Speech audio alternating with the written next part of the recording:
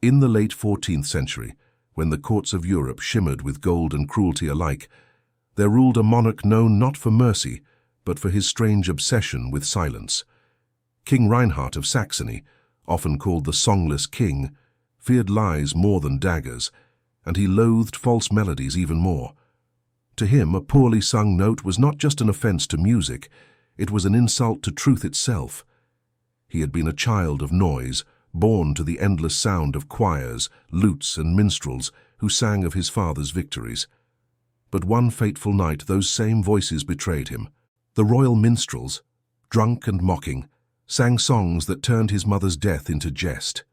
When the boy king overheard, he wept beneath the throne curtains.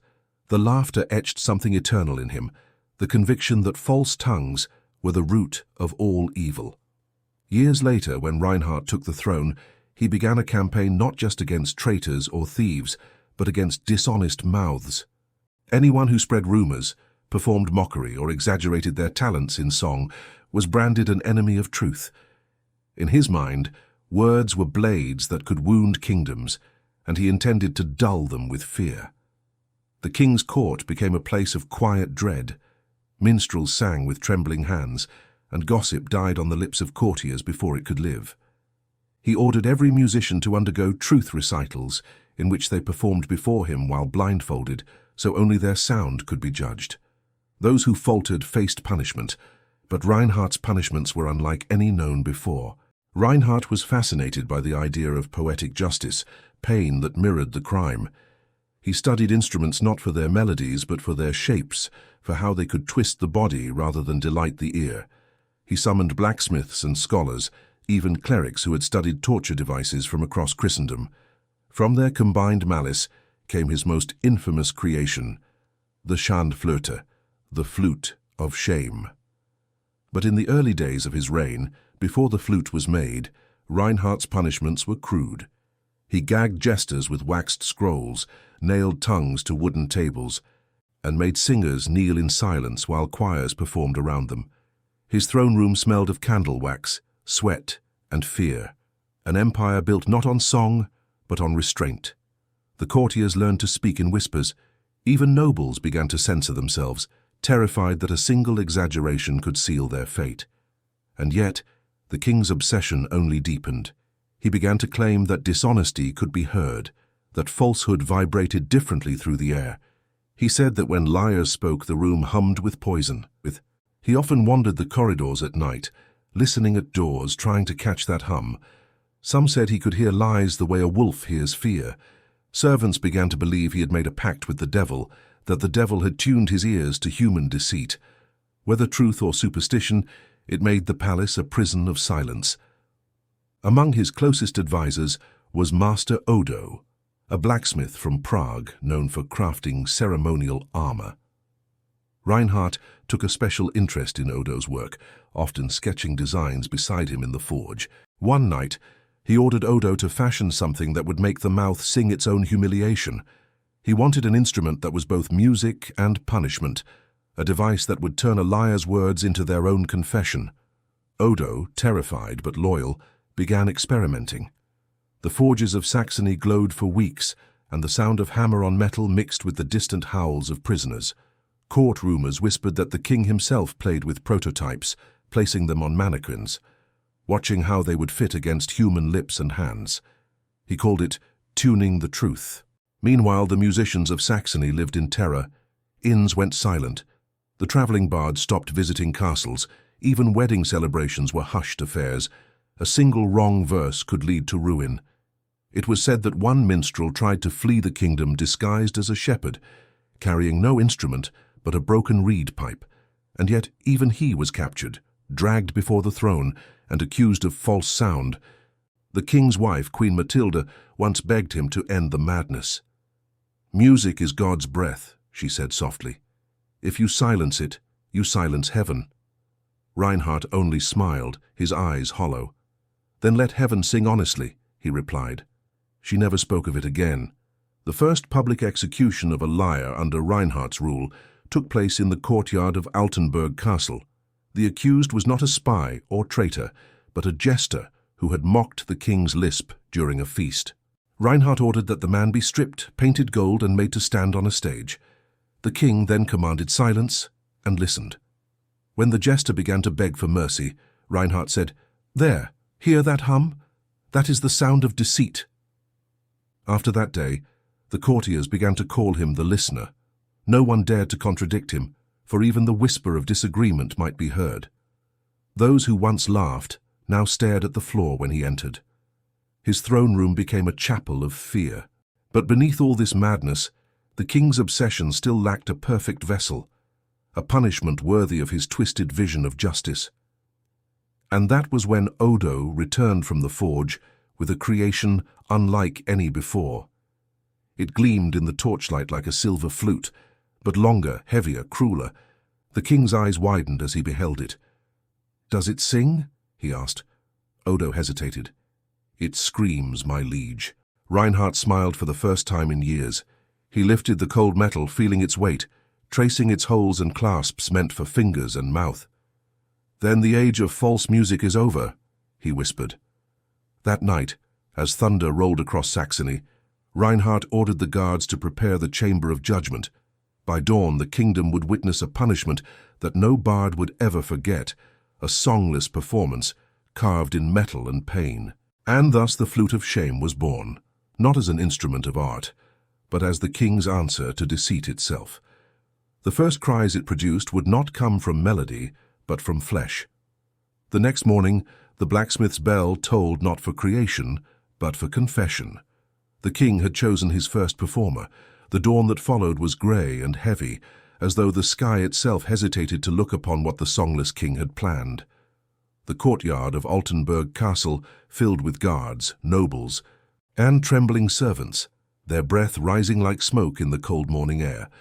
At the center stood a wooden platform draped in crimson cloth. Upon it gleamed the instrument that would soon make Saxony's silence eternal, the Flute of Shame. It was no ordinary flute.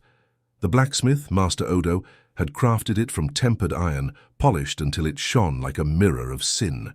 Its long body bore holes like those of a musical pipe, yet each was edged with sharpened metal, meant not for air, but for agony. Near the mouthpiece, two curved clasps extended outward, designed to trap the victim's lips and jaw, forcing the mouth open in eternal performance. Beneath it, rings of steel waited to bind the fingers, locking them into a mockery of musicianship. King Reinhardt ascended the platform with the slow, deliberate grace of a priest about to conduct a sermon. His robes were black velvet, stitched with gold thorns. He carried no crown that day, only a thin silver rod that he called his baton of truth. "Lies," he declared, "are melodies played upon the strings of hell. Today the devil's orchestra shall lose a player." The condemned was a court minstrel named Dietmar, a man once beloved for his voice. But envy had made him reckless. He had boasted that his songs could make angels weep, even claimed to have composed ballads for the saints themselves. When Reinhardt heard, he summoned him for proof. Dietmar sang, but faltered. The king claimed to hear deceit in his tone. That was enough. Now Dietmar stood trembling before the crowd, stripped to his tunic, his hands bound in front of him. His once proud eyes darted from the king to the gleaming device on the table. "My liege," he pleaded, "I only wish to honor the saints with music." But Reinhardt raised a hand, silencing him. "You honored only your vanity," he said coldly. "You made music of falsehood. Let us see if your tongue sings truth in iron." The guards dragged Dietmar forward. Master Odo, pale and shaking, approached with the device. Though he was its maker, even he could not meet the victim's eyes. He murmured a prayer beneath his breath, unheard beneath the rising murmurs of the crowd. The Flute of Shame was placed upon Dietmar's face. The cold iron bit into his lips as the clasps snapped shut, locking his mouth around the hollow pipe. His eyes widened in shock, the first muffled cry echoing through the tube with a hollow metallic sound. The rings around his fingers tightened next, forcing them to align with the false keys along the shaft. He was now bound to the instrument he would never play. "Begin," ordered Reinhardt. Odo turned the small screw at the flute's base. The mechanism pulled the mouthclasp tighter, pressing the iron deeper into Dietmar's cheeks. The sound that followed was neither word nor song, a pitiful whistling groan, half breath, half scream. It rose and fell with each gasp, a broken tune of agony. The court fell silent. Reinhardt listened, eyes half closed, as if absorbing the music. "Hear it," he whispered. "That is truth unveiled. That is the sound of pride dying." As minutes passed, the device grew heavier in Dietmar's grasp. The edges bit deeper into his flesh and blood streaked the shining metal. His breaths turned to whimpers that echoed through the hollow tube. Reinhardt stepped closer, his expression calm, almost serene. "The liar always plays for himself," he said softly. "But now your audience is eternity." Each note of pain that escaped the flute carried through the courtyard like a cursed melody.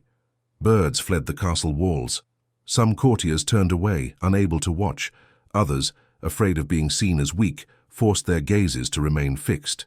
A few even nodded approvingly, hoping to earn the king's favor through feigned devotion. Hours passed. Dietmar's arms trembled beneath the weight of the device. When he could stand no longer, the guards held him upright, his tears mixed with blood, dripping down the iron and into the cracks of the wooden stage. Reinhardt motioned for silence again. "Listen," he murmured. "Do you hear the confession?" The crowd said nothing. Only the faint, wheezing hiss of air escaping the flute answered him. Reinhardt smiled faintly, satisfied. "A song without deceit," he said. "The purest melody of all." When at last the king gave the signal, Odo loosened the clasps. The flute came away with a wet sound, pieces of flesh clinging to its mouthpiece. Dietmar collapsed, gasping, unable to close his mangled lips. The king looked down at him and said, "Let every liar wear the instrument they deserve, let every false note bleed truth." That night the castle halls echoed with whispers, not of rebellion but of horror. The nobles could not sleep, haunted by the sight of the metal flute and the broken man who had played it unwillingly. Reinhardt, however, slept peacefully. He believed he had struck harmony between justice and music. In the weeks that followed, the Flute of Shame became the symbol of the king's dominion. Blacksmiths forged replicas for towns across Saxony. Each was inscribed with the royal crest and a phrase in Latin, Cantus Doloris, the Song of Sorrow. They were hung in marketplaces waiting for the next performer or gossip to be tuned. Punishments became public spectacle. Bakers accused of lying about weights, tailors who cheated nobles, and singers who exaggerated their lineage, all faced the same fate. Town criers announced each execution like a concert. Crowds gathered to watch, half in fear, half in fascination. Soon travelers from distant lands came to witness the strange justice of the Songless King. Some chroniclers described it as divine order, others called it madness. But Reinhardt did not care. He believed the kingdom was purer now, cleansed of deceitful sound. One evening, as the king dined in silence, his queen dared to speak. "Do you not hear it?" she whispered. "The silence you love, it weeps." Reinhardt looked up, his eyes hollow. "Silence does not weep," he said. "It listens." But even he began to hear something at night. Faintly from the courtyard below came the echo of hollow notes, whispers of air through metal, like a ghost still trying to finish its song. The king rose from bed, listening, frozen in place. The sound was soft but steady. The Flute of Shame had begun to play on its own. The nights grew colder in Saxony, and the castle of Altenburg became a tomb of echoes. Even the torches seemed to burn quieter, as though afraid to disturb the silence that now ruled alongside King Reinhardt. The courtiers whispered that ghosts had come to sing through the Flute of Shame, that every breath of wind carried the cries of those it had silenced. The king dismissed such talk at first, but he could not ignore what he heard. Each night when the halls grew still, a faint sound would rise from the courtyard, a hollow, trembling note, like air passing through broken metal. It was the same pitch he remembered from Dietmar's final breath. Reinhardt began pacing the corridors at night again, candle in hand, hunting for the sound. Servants who encountered him swore that his face was pale as marble, his lips moving in whispers as though speaking to someone unseen. He listened at doors, at cracks in the walls, even beneath his throne. But the sound always returned, faint yet near, as if it followed him. Master Odo was summoned to explain the noise. "Perhaps the wind catches the holes of the flute, my liege," he said nervously. "The iron may sing when the air turns cold." But the king's eyes burned with suspicion. "Do not lie to me, Odo. I would hear no false note, not even from you." Terrified, the blacksmith promised to retrieve the device and melt it down. But when he entered the courtyard that night, he found the Flute of Shame gone from its stand. The chains that held it were broken clean. In their place lay a smear of blood that led toward the chapel. The next morning, Odo's body was found slumped over the altar, his hands clutching his throat. The royal guards swore they heard faint music before his scream, thin, metallic, and piercing. When they turned his body over, they saw the iron flute pressed against his mouth, its clasp slightly open, as if it had been waiting. The queen begged Reinhardt to destroy the remaining devices, to end the curse he had brought upon his kingdom. But he refused. "This is not punishment," he muttered, eyes hollow. "It is the truth continuing to speak." He ordered every village to keep their Flute of Shame untouched, declaring it sacred to justice. Soon, however, the people began to rebel, not with weapons, but with silence. Musicians smashed their instruments. Markets went quiet. Even the church bells rang dull, their ropes left untugged. The kingdom that once thrived on art and song became a wasteland of muted fear. One winter evening, Reinhardt walked alone to the courtyard where Dietmar had suffered. Snow blanketed the platform, but he could still see stains beneath it, rusted brown against the white. He knelt, touching the wood, and whispered, "You were false, yet your sound remains. What does that make me?" A cold wind swept through the arches, and the faint, whistling tone returned. This time it was unmistakable, soft, rhythmic, almost melodic. The king rose slowly, eyes wide.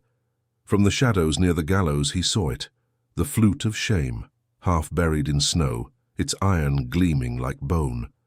Drawn to it as if by a spell, Reinhardt lifted the flute. The metal felt warm, pulsing faintly as though it breathed. For the first time in years the king smiled. "You will not lie to me," he whispered. He brought the mouthpiece to his lips. The clasps snapped shut. The scream that followed echoed across the valley, sharper than any horn, longer than any song. Guards rushed from the barracks, torches blazing, but when they reached the platform, they found only the king, standing motionless, eyes rolled white, the iron flute fused to his face. His fingers were locked around it, blood trickling down his chin. And through that metal tube came a single haunting sound, a sustained, wavering note that did not end even as his body fell still. The Flute of Shame had claimed its final performer. At dawn, the queen ordered the castle sealed and fled Saxony. The kingdom collapsed into legend. Travelers spoke of a ruined fortress where, on windless nights, a faint tune could still be heard, soft, metallic, and sorrowful. They said it was the king's last song, a melody born from pride, silence, and the unending echo of truth too cruel to bear. Thanks for watching.